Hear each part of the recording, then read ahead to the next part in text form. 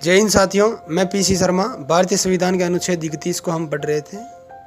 भारत के संविधान के अनुच्छेद 31 में यह लिखा हुआ है कि संपत्ति का अनिवार्य अर्जन करना जरूरी है, ये उसका अधिकार है। भारतीय संविधान के अनुच्छेद 31A में संपदाओं आदि के अर्जन के लिए उपबंध करने वाली विधियों की व्यावृत्ति होना जरूरी है। 31B में लिखा हुआ है कुछ अधिनियमों और विनियमों का विधि मान्यकरण होना जरूरी अधिकार है, ये भी हमारा। 31C में कुछ नीति निर्देशक तत्व होते हैं, उनको प्रभावी करने वाली विधियों की व्यावृत्ति। अनुच्छेद 32 का हम विस्तार से अगले वीडियो में पढ़ेंगे, लेकिन संविधान के अनुच्छेद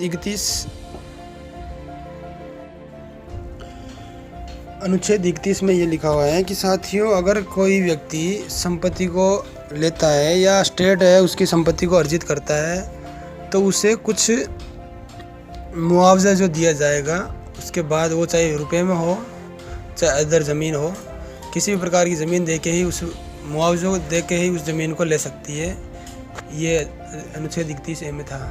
भारतीय संविधान की आत्मा किसे कहते हैं तो हम बताएंगे उसके लिए कि संविधान के अनुच्छेद 32 को कहते हैं। और सुप्रीम कोर्ट ने 5 जिसे मौलिक अधिकार दे रखे हैं, उसके अगर अधिकारों का अगर हनन होता है तो उस हनन के तहत हम 226 अनुच्छेद के तहत हाई कोर्ट में एक रीट लगा सकते हैं। हमारे को दे रखी है 5 रीट हैं कि आप इन शब्दों पे रीट लगा सकते हैं, तो वो भी हम लगा सकते हैं। जैसे कि नाम बता दें हम आपको पहले कि बंदी प्रत्यक्षीकरण, परमादेश, उत्प्रेषण, प्रतिषेध और अधिकार प्रेक्षा।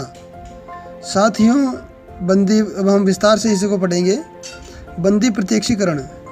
बंदी प्रत्यक्षीकरण का तात्पर्य है कि हम हिंदी में समझना चाहते हैं कि इसको जैसे कोई व्यक्ति कोई अपराध करता है या नहीं करता है, लेकिन पुलिस अगर उसे उठा के ले जाती है तो 24 घंटे में उसे हर हालत में पुलिस अधिकारी को कोर्ट में प्रवेश या कोर्ट में ले जाकर उसे देना होता है व्यक्तियों को कि भाई इसने क्या गलती करी नहीं करी, वो बात की बात है, लेकिन आप 24 घंटे में कोर्ट में पेश करेंगे और उसका दोष क्या है नहीं है वो कोर्ट तय करेगी। परमादेश का तात्पर्य है कि हम आदेश देते हैं। किसी पदाधिकारी अगर अपने कर्तव्य पे कार्य नहीं कर रहा है, अपने कर्तव्य के तहत कार्य नहीं करता है, तो उसे ये बताया जाता है कि आपका यह कर्तव्य है, आप अपने कर्तव्य के तहत काम करो, अलग से कार्य करने की कोई ज़रूरत नहीं है।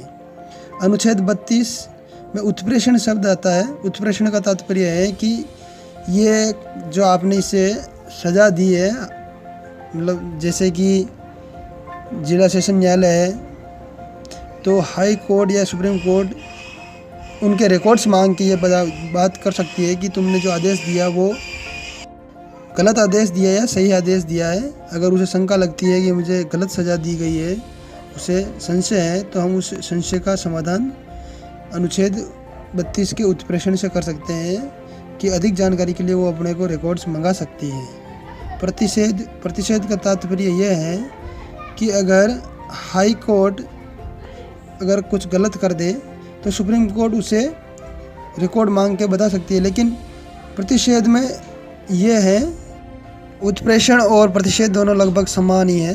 अधिकार प्रेक्षा।